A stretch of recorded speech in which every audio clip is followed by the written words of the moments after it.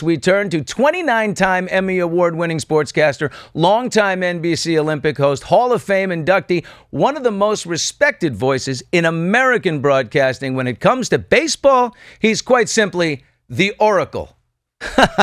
Bob Costas is with us. There he is, the great Costasian. My God. Oh, what? Billy, really, I thought that intro was insufficiently respectful and fulsome. Would you like to start over? No, it's exactly what you sent me, Bob. Oh, there you go. I read it word I like for a man word. who can follow instructions. Bob, what did we see? Who is this giant boy? Is he the greatest that ever played the game of baseball? He's certainly unique. No one has ever done both those things simultaneously at that level. Babe Ruth was a Hall of Fame level pitcher in the so-called dead ball era, the teens, prior to 1920 when the ball changed and so did the game change. And Babe Ruth had a lot to do with that. He basically introduced the home run and as a primary weapon. And there was a period of time in the 20s when he hit more home runs as an individual than some teams hit around the American League. But he did not pitch and hit. He did it occasionally a little bit in the 20s, but basically he wasn't doing it at this level simultaneously as Otani has. Now, this game has to be the single greatest, considering the platform, one step from the World Series, and the win took them to the World Series, considering the platform, the importance of the game, and what he did in that game. This has to be the greatest single game performance by any player in the history of baseball. As you said, 6 shutout innings, 10 strikeouts, which means he retired 10 of the 18 batters he retired, only 2 hits, and then 3 home runs, one of them so gargantuan that it literally went over the pavilion and in effect left the ballpark, one of the longest home runs ever hit. And in this little video you have right there, or the still shots, look at Freddie Freeman, his own teammate, holding the side of his head. He turns his own teammates into fans. They view him with awe. Now, if you want to take this and say, okay, he doesn't play the field, so he isn't a great outfielder like Willie Mays was. And maybe he isn't as great a hitter overall as Ted Williams was, as Barry Bonds was during a period of time that's obviously kind of suspect, as Babe Ruth was in the 20s, or he is not as great a pitcher as Sandy Koufax was, or Bob Gibson was, or even Tarek Skubal or Paul Skeens, who only pitch today. But nobody has ever done both things simultaneously at this level, and no one's ever had a game like this. Reggie Jackson had 3 home runs in a clinching World Series game in 1977. Albert Pujols went 5 for 6 in a World Series game in 2011, and 3 of those 5 hits were home runs. But they didn't then pitch shutout ball. I mean, it's just, this guy's off the chart. He's in a category of his own. But when you say fielder and hitter, I mean, it's harder to pitch than it is to play outfield, I think. Sure it is. I mean, come on. I mean, sure it is. Yeah, he's in the field, and he's in the most important position in the field. So does that make his massive $700 million contract over 10 years a bargain? You know, it could be for the Dodgers. It wouldn't be for every team, but they're able to amortize it. They also got an excellent deal from their standpoint, where he takes only about $2 million a year during the time that he's playing. He makes some $50 million a year, we're told, in endorsements and outside stuff, some of it primarily from Japan. So the Dodgers get a good deal in that they get to hold on to a lot of this money for a decade, but eventually they will have to pay it. And they're playing kind of hedge fund baseball. They've got a different financial structure than most teams do.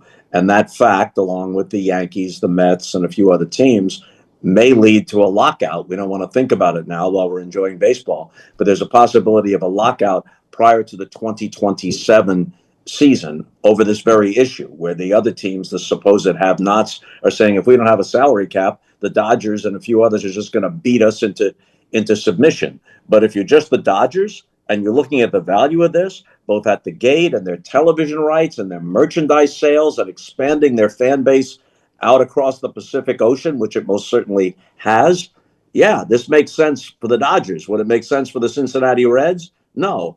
And regretfully, it wouldn't make sense for Ohtani to go to the Cincinnati Reds. It's not fair, though. I mean, in some ways, it's like the fact that, they're playing against the Milwaukee Brewers. Isn't that like the Dodgers, payroll is 3 times larger? I mean, this is a massive corporation versus a nice team from the Midwest. In fact, Milwaukee is the smallest of all the 30 markets, and it's a tribute to them that they have consistently won the division or made the playoffs out of the National League Central. This year, they had the best record, the most wins of any team in baseball.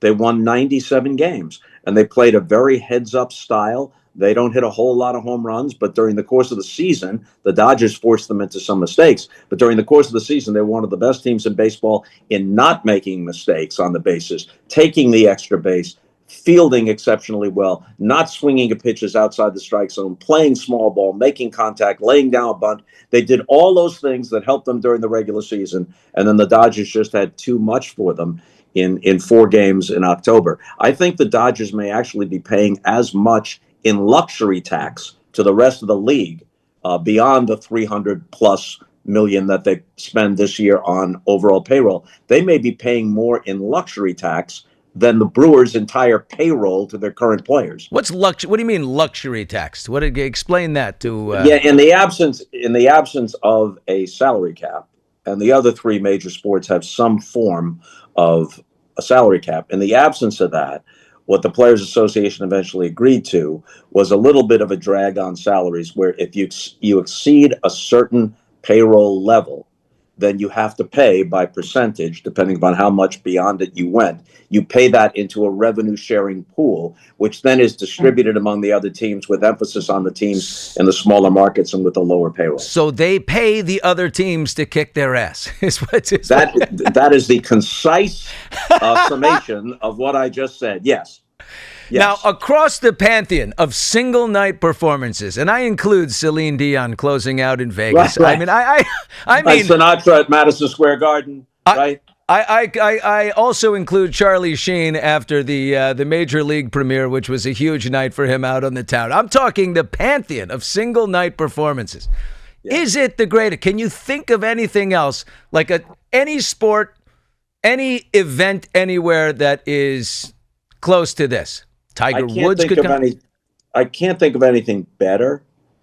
Michael Jordan's last game as a Bull, when he made the winning shot against the Jazz, he scored 45 points. Yeah. Running on fumes at that advanced athletic age, just took the whole game over at the end. It was so dramatic, and it's the punctuation, the way the curtain came down essentially on his NBA career, although he did come back for a cameo with Washington a few years after that. That's maybe more dramatic, but I don't see how objectively you can say it's better than what Otani did.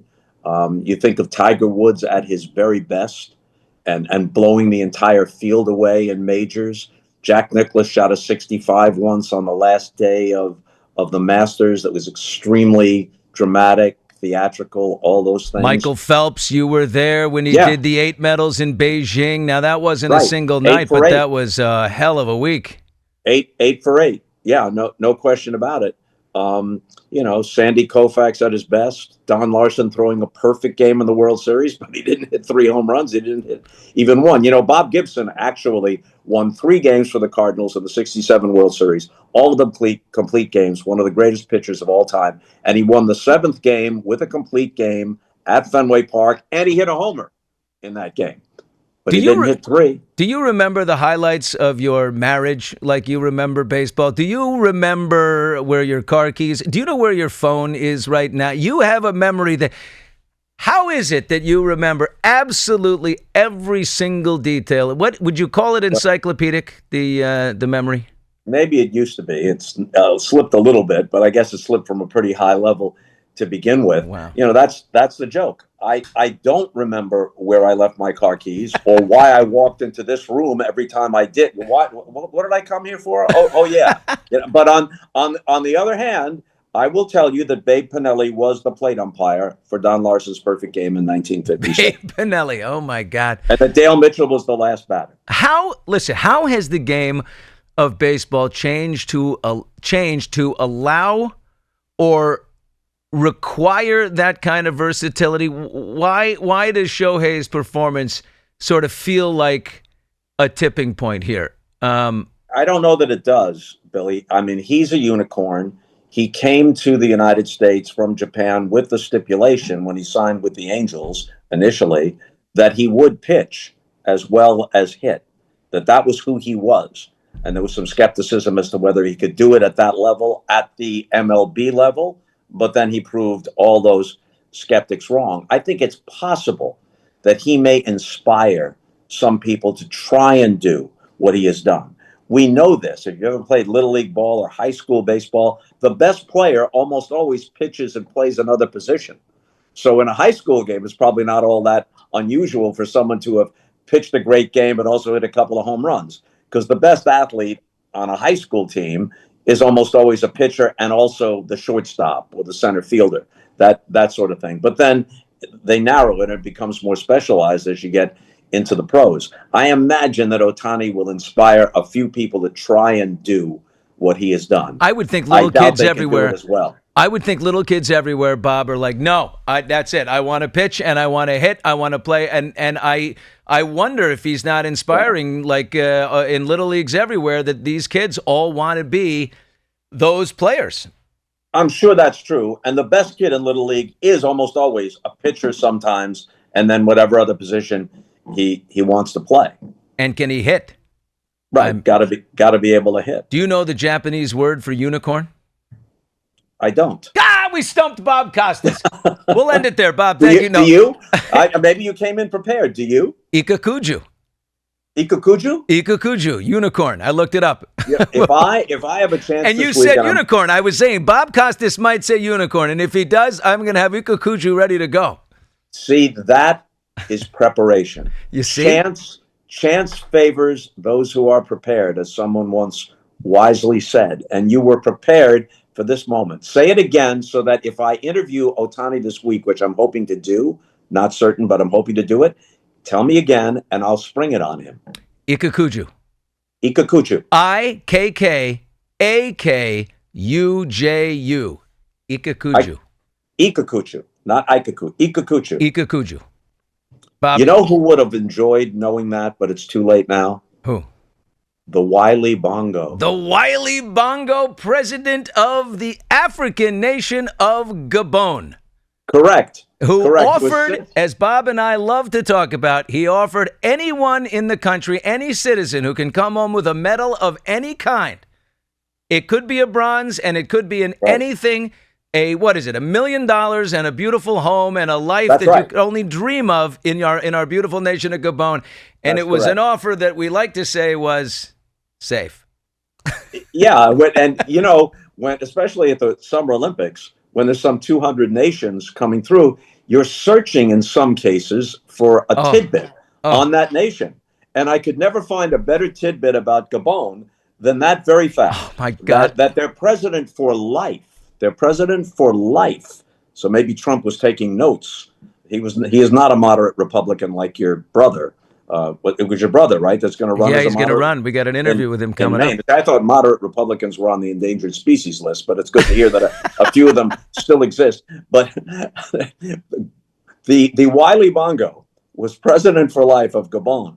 And we would always say, this is the premise, and this is why I dubbed him the Wily Bongo, and then that's how you referred to him anytime his name came up. But the Wily Bongo is well aware that no Gabonian has ever won a medal, and no Gabonian is at all likely to win one here. I don't even think he had the million. He just threw it out there. I mean, right. What the hell? He was going to have to scratch that together.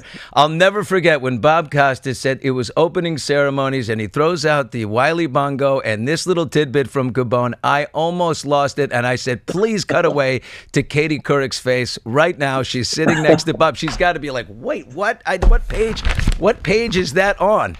Oh, my God. Yeah. Oh, unbelievable. Well, this moment, I mean, this performance by Shohei Ohtani, it seems to transcend not just the game, but like the culture around the game, the media, the fan engagement, the global outreach.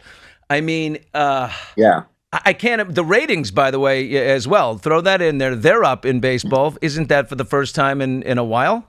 It depends on the matchups. Like last year, Yankees, Dodgers got high ratings, and had it gone beyond 5, Had it gone to 6 or even a 7th game, then they would have been probably the highest rating since the Cubs in 2016, because they became a national story, breaking that 108-year curse and finally winning the World Series.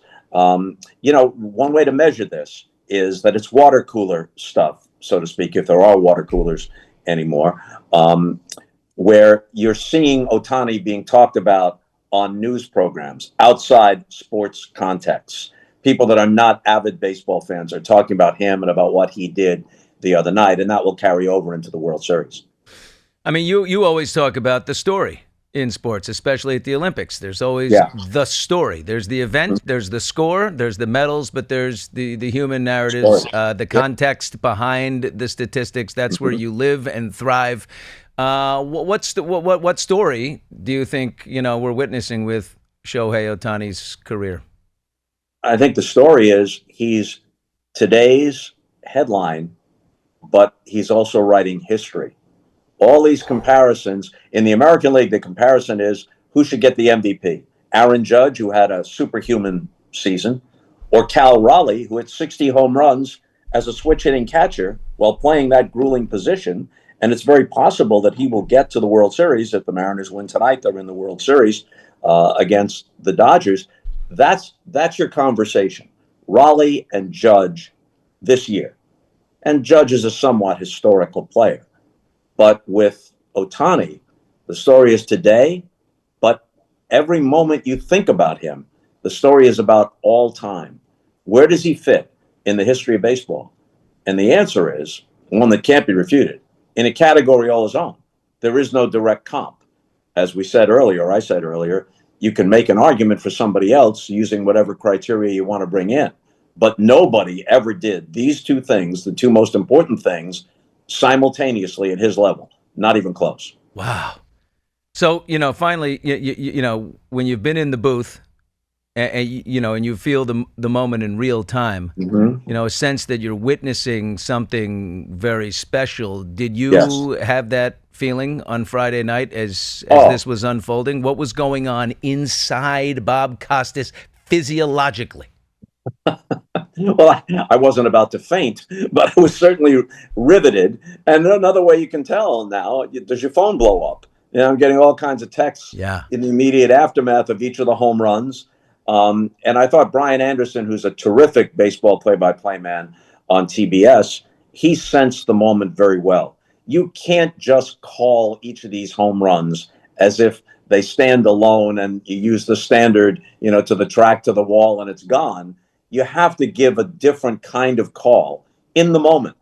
And I think he did that extremely well. Oh, how exciting. It's just as it's happening. We're just getting rolling here. He blasted one right out of the gates. And then it just starts to build, and you realize, wow, we're seeing something incredible. He walked the first guy at the top of the first. Then he struck out the next three guys, all of whom were all-stars at one time or another. So he strikes out the side, in effect, after the walk to start the game. Then he leads off for the Dodgers in the bottom of the first and hits a home run, which is the least impressive of the three homers. The second one clears the pavilion entirely, and lands in some walkway out there, estimated at 469 feet. I don't know how accurate that is. Only three people, at least in recent history, have cleared the pavilion.